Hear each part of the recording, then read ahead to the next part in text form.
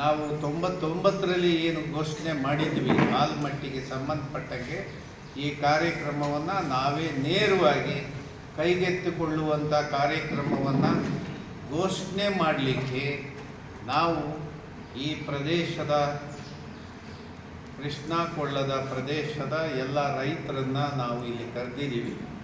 ಚರ್ಚೆ ಮಾಡಿ ದಿನಾಂಕವನ್ನು ಕೂಡ ನಾವು ಈ ದಿನ ಘೋಷಣೆ ಮಾಡ್ತೀವಿ.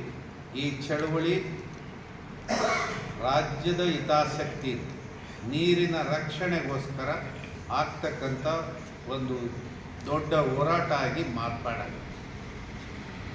ಒಂದು ನಿಮ್ಮ ಗಮನಕ್ಕೆ ತರ್ತೀನಿ,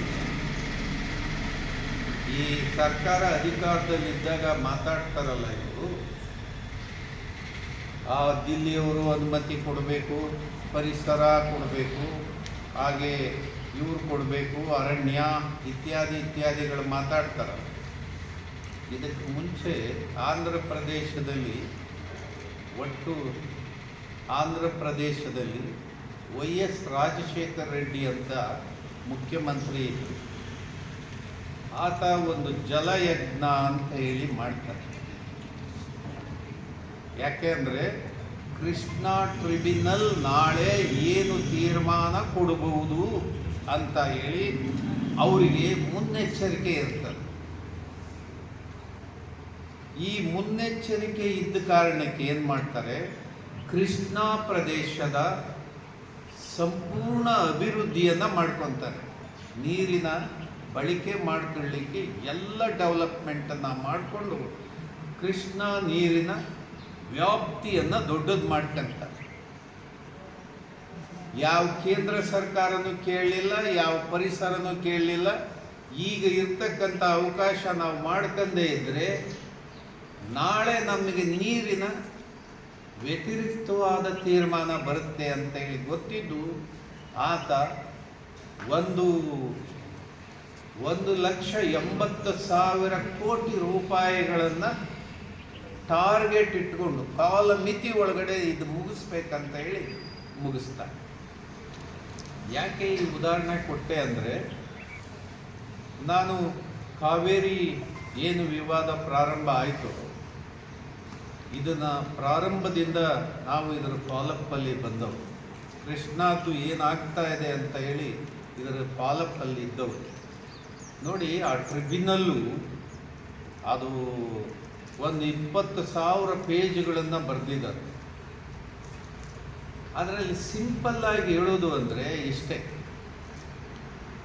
ಕಾವೇರಿ ಟ್ರಿಬ್ಯುನಲ್ ಕೃಷ್ಣಾ ಟ್ರಿಬ್ಯುನಲ್ ಮಾಡಿದ್ದು ಇಷ್ಟೇ ಸಿಂಪಲ್ ಥಿಯರಿ. ಅವರು ತಮಿಳ್ನಾಡಿನೆಲ್ಲ ಸುತ್ತಾಡಿದರು.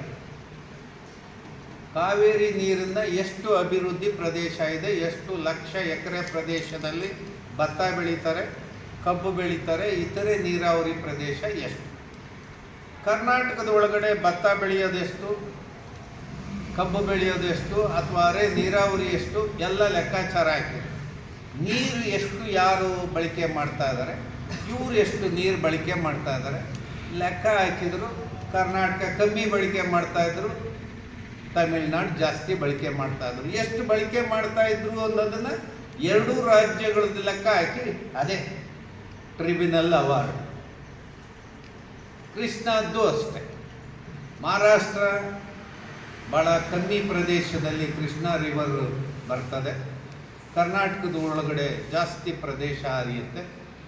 ಅಭಿವೃದ್ಧಿ ಪ್ರಶ್ನೆ ಬಂದಾಗ ವೈ.ಎಸ್. ರಾಜಶೇಖರ ರೆಡ್ಡಿ ಅವತ್ತಿಗೆ 1,80,000 ಕೋಟಿಯನ್ನು ಖರ್ಚು ಮಾಡಿ ಡೆವಲಪ್ ಮಾಡ್ಕೊಂಡ. ಇದು ಸರ್ವೆ ಆಗೋದಕ್ಕೆ ಮುಂಚೆ ಅವ್ರು ನೀರಾವರಿ ಬಳಕೆ ಮಾಡಿಕೊಂಡು ಟ್ರಿಬ್ಯುನಲ್ ಕೃಷ್ಣಾ ಟ್ರಿಬ್ಯುನಲ್ ಬಂತಲ್ಲ, ಅವರು ಅದನ್ನೆಲ್ಲ ಅಧ್ಯಯನ ಮಾಡಿದರು. ಆಂಧ್ರ ಪ್ರದೇಶದಲ್ಲಿ ಹೆಚ್ಚು ನೀರನ್ನು ಬಳಕೆ ಮಾಡ್ಕೊತಾ ಇದ್ದಾರೆ, ಹೆಚ್ಚು ಬೆಳೆ ಇದೆ, ಸ್ಟ್ಯಾಂಡಿಂಗ್ ಕ್ರಾಪ್ ಇಷ್ಟಿದೆ, ಇಷ್ಟು ಭತ್ತ ಇದೆ, ಇಷ್ಟು ಕಬ್ಬಿದೆ, ಇದು ಆರೆ ನೀರಾವರಿ ಇಷ್ಟಿದೆ ಎಲ್ಲ ಲೆಕ್ಕ ಹಾಕಿ ಕರ್ನಾಟಕ ಮಹಾರಾಷ್ಟ್ರ ನೋಡಿ ಹೆಚ್ಚು ಆದ್ಯತೆ ಆಂಧ್ರ ಪ್ರದೇಶ, ಸೆಕೆಂಡ್ ಆದ್ಯತೆ ಕರ್ನಾಟಕ, ಥರ್ಡ್ ಆದ್ಯತೆ ಮಹಾರಾಷ್ಟ್ರ ಕೊಟ್ಟು ಎಷ್ಟೆಷ್ಟು ಪ್ರದೇಶವನ್ನು ಹೊಂದಿದ್ದಾರೆ. ಅದೇ ಟ್ರಿಬ್ಯುನಲ್ ಅವಾರ್ಡ್. ಕರ್ನಾಟಕದ ಅಂದಿನ ಮೂರ್ಖ ರಾಜಕಾರಣಿಗಳಿಗೆ ಇದು ಪ್ರಜ್ಞೆ ಇರಲಿಲ್ಲ ಅನ್ನೋದಕ್ಕೆ ನಾನು ಹೇಳ್ತಾ ಇದ್ದೆ. ಈಗಾದರೂ ನೀವು ಬಳಕೆ ಮಾಡ್ಕೊತ ಇದ್ದೀರ, ಅವಾರ್ಡ್ಗಳೆಲ್ಲ ಬಂದಾಯಿತು, ಈಗ ಬಳಕೆ ಮಾಡ್ಕೊತ ಇದ್ದೀರ, ಈಗಲೂ ನಿಮಗೆ ಪ್ರಜ್ಞೆ ಇಲ್ವಲ್ಲ? ಬರೀ ಅಧಿಕಾರ ಓಟಿಗೆ ಕಾರ್ಯಕ್ರಮ, ಅಧಿಕಾರ ಹಿಡಿಯೋಕ್ಕೆ ಸ್ಪರ್ಧೆ, ಅಧಿಕಾರ ಉಂಡು ತಿಂದು ಸುಖ ಸಂತೋಷನ ಅನುಭವಿಸೋದು, ಮತ್ತೆ ಅಧಿಕಾರಕ್ಕೆ ಪ್ರಯತ್ನ ಮಾಡೋದು. ಈಗ ಹೇಳ್ತಾ ಇದ್ದೆ, ನಾವು ಇಲ್ಲಿವರೆಗ 25ರಿಂದ 26 ವರ್ಷ ಆಯಿತು. ಪ್ರೊಫೆಸರ್ ನಂಜುಂಡಸ್ವಾಮಿ, ವೈದ್ಯನಾಥ್ ಪಾಟೀಲು, ಪಂಚಪ್ಪ ಕಲಬುರ್ಗಿ, ನಾವೆಲ್ಲ ಇಲ್ಲಿ ದೊಡ್ಡ ಸಮಾವೇಶ ಮಾಡಿ ಪ್ರತಿಭಟನೆ ಮಾಡಿ 26ನೇ ವರ್ಷ ರನ್ನಿಂಗ್. ಸರ್ಕಾರಗಳು ಬರ್ತಾ ಇದ್ದಾವೆ, ಹೋಗ್ತಾ ಇದ್ದಾವೆ, ಪ್ರಯೋಜನ ಏನು? ಅದಕ್ಕೆ ನಾವು ಒಂದು ದಿಟ್ಟವಾದ ತೀರ್ಮಾನ ತಗೊಂತೀವಿ.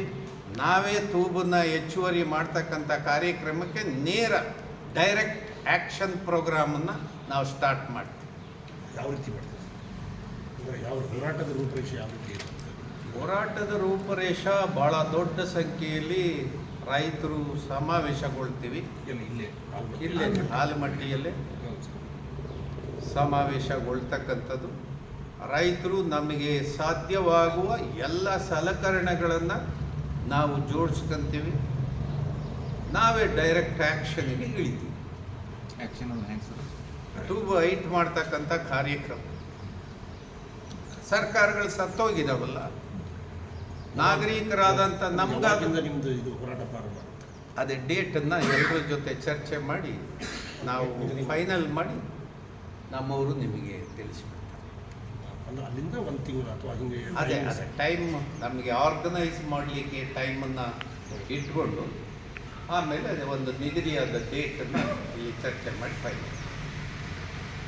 ಅಂದರೆ ಈ ಫಸ್ಟ್ ಒಂದು ಒನ್ ಡೇ ಅಂತ ಬಂದು ಸಮಾವೇಶ ಮಾಡೋದು ಅಥವಾ ಧರಣಿ ಮಾಡೋದು ಆ ರೀತಿ ಇದೆ. ಇವಾಗ ಡೈರೆಕ್ಟ್ ಆ್ಯಕ್ಷನ್ ಪ್ರೋಗ್ರಾಮನ್ನು ನಾವು ಕೈಗೆ ತಗೊಂತೀವಿ. ಅದೇ ದಿವಸ ಕಾರ್ಯಕ್ರಮವನ್ನು ಚಾಲೂ